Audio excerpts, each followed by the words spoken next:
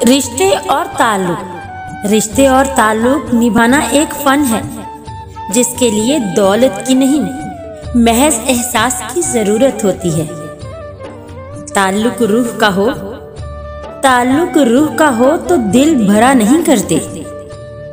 बदलते मौसम की तो खबर दे देते हैं, बदलते इंसान की भी खबर दे कोई। हर मांग कर हासिल की जाने वाली चीज एहसान के तहत होती है, एहसास के तहत नहीं।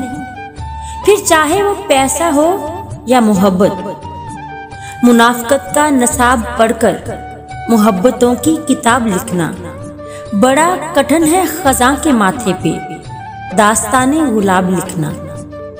तन्हा रह ले मगर अपना मेयार मत गिराएं। इज्जत के बगैर मोहब्बत का कोई वजूद नहीं।